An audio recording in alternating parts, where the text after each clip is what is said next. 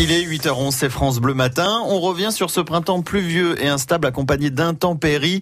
Quand ce ne sont pas les inondations, ce sont des tempêtes très localisées comme hier à Valdivienne. On en parle avec notre invité. Nous sommes avec Anthony Grillon, prévisionniste chez Météo Contact, Delphine Garneau. Anthony Grillon, bonjour. Bonjour. Et merci d'être avec nous ce matin sur France Bleu Poitou. Alors Météo Contact, on va le rappeler, c'est un site de prévision gratuit sur toute la France. On l'a entendu dans les journaux ce matin, la commune de Valdivienne a été touchée par un vent violent dans la nuit de mardi à mercredi. Hier, vous êtes allé sur place constater les dégâts. Alors, c'était quoi ? Alors, c'était une tornade, sans aucun doute. Pourquoi ? Alors, pourquoi ? On a eu différents indices sur le terrain qui nous permettent de justifier le phénomène tornadique. Donc, par exemple, on a un couloir tracé. Ça, c'est un premier indice important. Ensuite, couloir tracé, c'est-à-dire dans les champs, par exemple ? Voilà, dans les champs, tout à fait. On a vraiment une ligne bien tracée. Ensuite, on a divers objets plus ou moins importants. Donc, à savoir une balançoire, par exemple, qui a été déplacée sur plusieurs dizaines de mètres, ainsi qu'un trampoline. Donc à ce niveau-là, c'est encore d'autres indices, des arbres qui ont été couchés dans plusieurs sens aussi différents. Donc tout ça, ce sont des indices différents qui nous permettent de justifier le phénomène tornadique. Alors pour justifier, il faut aller voir sur place ou constater les photos, peut-être recueillir des témoignages ? Aussi, les témoignages, c'est important pour savoir ce que les gens ont ressenti, ont vécu. Donc tout ça, c'est un ensemble d'éléments à prendre en compte. Et là justement, vous avez parlé avec des victimes comme nous d'ailleurs. Tout à fait. Et leur témoignage permet d'aller dans ce sens. Concorde, même si l'analyse de terrain est aussi complémentaire et importante pour justifier. Qu'est-ce que ça aurait pu être d'autre ? Ça aurait pu aussi être une rafale descendante, mais c'est différent, c'est totalement différent et pas comparable. Est-ce que c'est prévisible ce type de phénomène ?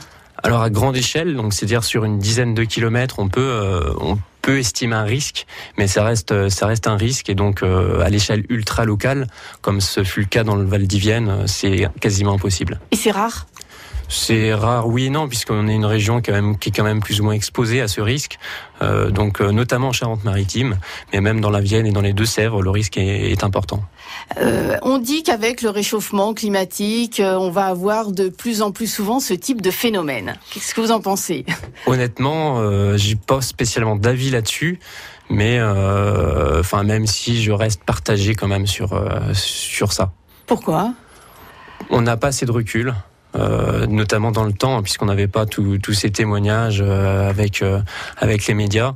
Aujourd'hui, c'est très médiatisé. Dès qu'il y a une tornade ou autre chose, une tempête, c'est très médiatisé. Ce n'était pas le cas auparavant. Donc, ce qui fait qu'on en dénombre davantage au fil des ans avec la médiatisation, c'est ça ? Voilà, tout à fait. L'invité de France Bleu Matin à 8h14, c'est Anthony Grillon, prévisionniste chez Météo Contact. Comment se forme une tornade sans être trop technique ? Alors plusieurs conditions s'imposent. Donc déjà, je vais préciser deux choses. Il existe le tuba, donc le tuba ne touche pas le sol, et ensuite une tornade touche le sol.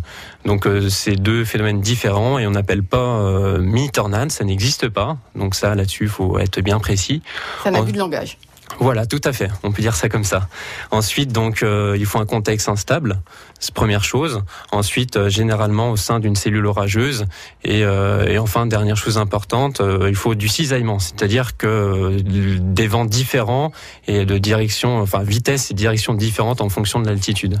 Alors, on a une tornade, on a eu des inondations. Alors, quand ça va s'arrêter ? Est-ce que c'est vraiment un printemps pourri qu'on a? C'est un printemps pas terrible en effet. Je vais prendre deux exemples, Niort et Poitiers. Donc si on se fie au niveau des précipitations, donc pour Poitiers, je vais commencer 236 mm sur l'ensemble du printemps, donc de mars à mai. Ensuite, au niveau de l'ensoleillement, donc on a eu 481 heures, donc c'est quand même beaucoup moins parce que la normale c'est quoi la moyenne, oui ? C'est 535. Voilà, donc on est quand même bien en dessous, à plus de 50 heures, donc c'est important. Ensuite, si je prends les températures, donc là, on est légèrement inférieur au normal, de moins 0,4 degrés, toujours sur les 3 mois. Ensuite, si je prends l'exemple de Niort, donc 204 mm pour 205 mm en temps normal, donc là, c'est à peu près normal. Donc vous voyez, il y a une différence quand même entre Poitiers et Niort. Ensuite, l'ensoleillement, donc on est à 472 heures, toujours pour Niort, au lieu de 553 heures. Donc là, on voit bien encore une fois qu'on est en dessous, donc de 80 heures. Et enfin, donc les températures qui sont à moins 0,6 degrés en dessous de la normale.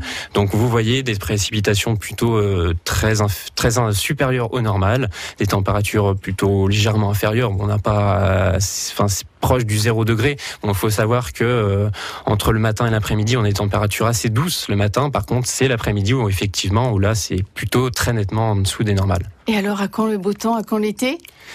Pour l'instant, les tendances sont assez optimistes pour à partir du milieu de semaine prochaine, à confirmer. C'est très très instable au niveau, d'ailleurs comme le temps, les prévisions sont très instables en ce moment, ça bouge beaucoup. Je reste optimiste au-delà de mercredi prochain, tout en sachant que c'est pas sûr que ça dure, malheureusement. C'est parfait, Anthony Grillon, ça correspond à ce que vient de nous dire Médéric, on est soulagé. Merci beaucoup Anthony Grillon d'avoir été notre invité ce matin sur France Bleu Poitou. Je rappelle que vous êtes prévisionniste chez Météo Contact. Bonne journée. Merci. Retrouvez toute l'info de France Bleu Poitou sur francebleu.fr.